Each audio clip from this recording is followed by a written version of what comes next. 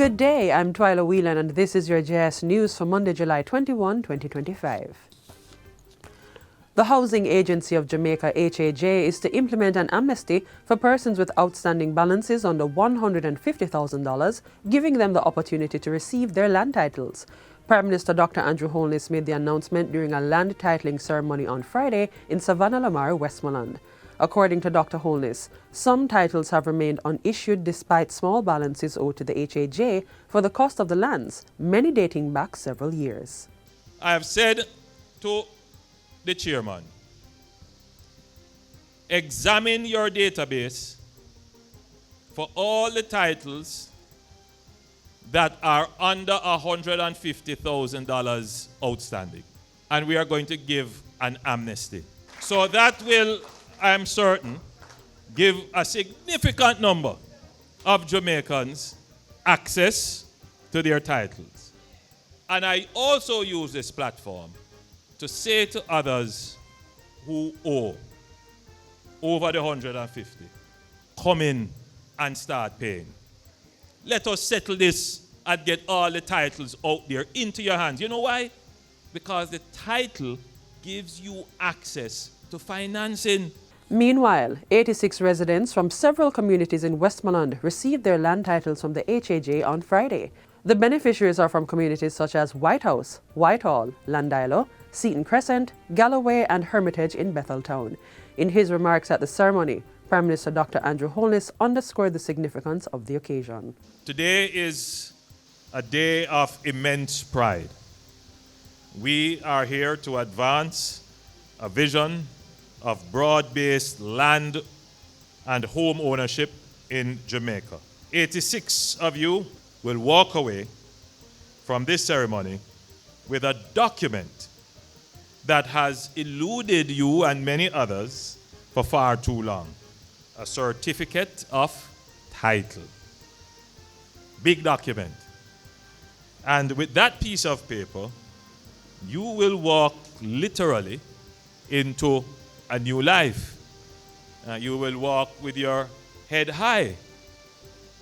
You will walk with confidence.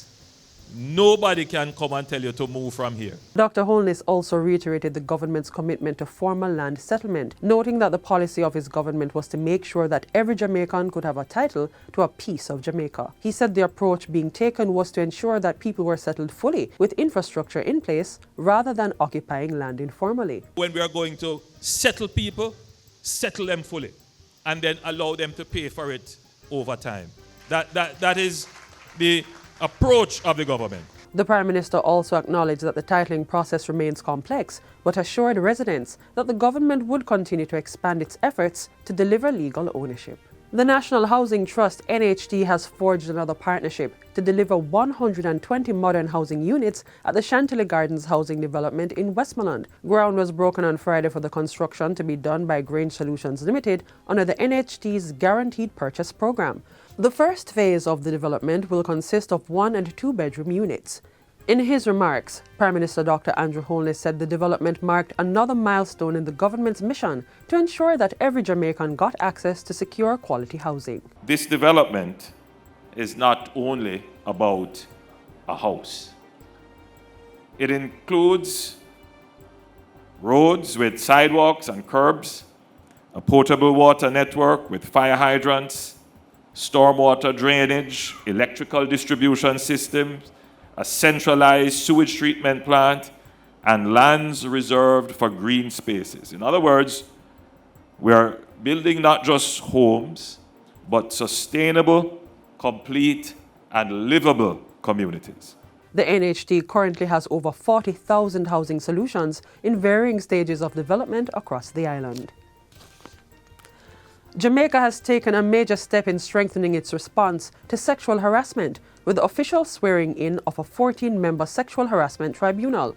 The tribunal, chaired by retired Judge Ferdinand Smith, was sworn in on Thursday by the Ministry of Culture, Gender, Entertainment and Sport. The team includes attorneys, industrial relations experts, religious leaders and mediators, with attorneys Indira Prasad and Karen Campbell-Basco serving as deputy chairpersons. The body is mandated to provide a confidential, impartial, and legally sound process for handling sexual harassment complaints. It will operate under the Sexual Harassment Protection and Prevention Act of 2021. In addition to the tribunal members, 18 authorized officers were sworn in to conduct investigations, lead sensitization sessions, and assist in preparing cases for mediation. Minister of Culture, Gender, Entertainment and Sport, Olivia Grange, says the occasion marks a historic moment for the gender architecture of Jamaica. Sexual harassment is not a harmless banter.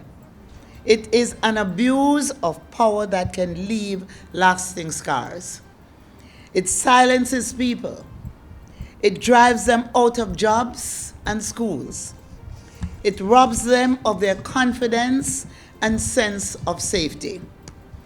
And for too long, survivors felt their best option was to say nothing at all.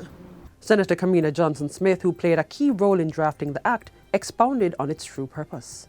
This is not changing the structure of male and female engagement or about your ability to start a new relationship or to let someone know you like them.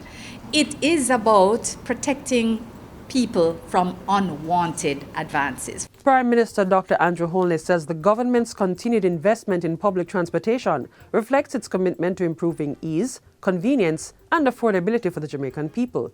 Dr. Holness highlights that the initiative aligns with broader national goals, including promoting economic growth by boosting productivity. The investment in public transportation is about making our economy more efficient so that everyone who has to use public transportation can be more productive in their personal or work endeavors. The Prime Minister was speaking last week at a function to hand over 93 buses to the Jamaica Urban Transit Company, JUTC, at its Portmore depot. This marks the second of a three-phase program to expand the JUTC's fleet, with the first 100 buses delivered in July 2024. Dr. Holness adds that the budget allocated for the buses includes built-in contingencies to ensure their continued operation, maintenance, and affordability.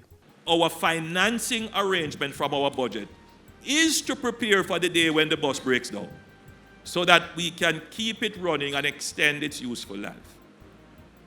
So this is not just the bus. You are seeing the bus, but it's behind the bus is a whole system that will keep those buses running for your convenience, your comfort, and your affordability.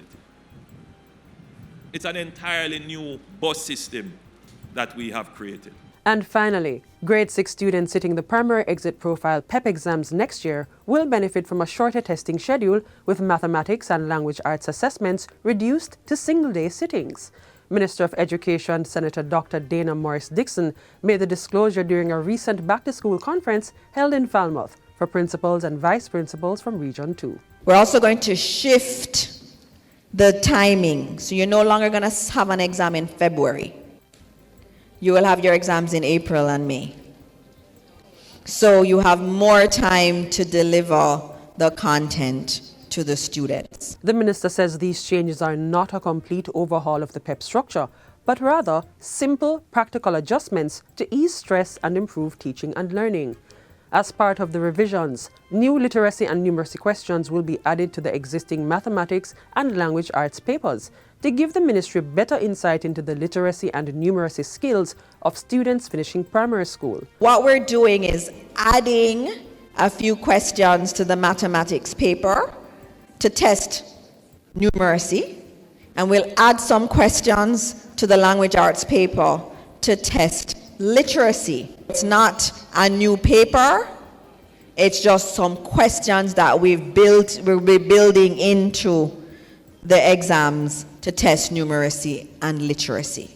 Meanwhile, for grade 5, Minister Morris-Dixon says discussions are underway to eventually eliminate the exam. Instead, students would take an end-of-year assessment prepared by the ministry and administered by their schools. And that's it for JIS News Today. I'm Twida Whelan. Thanks for watching.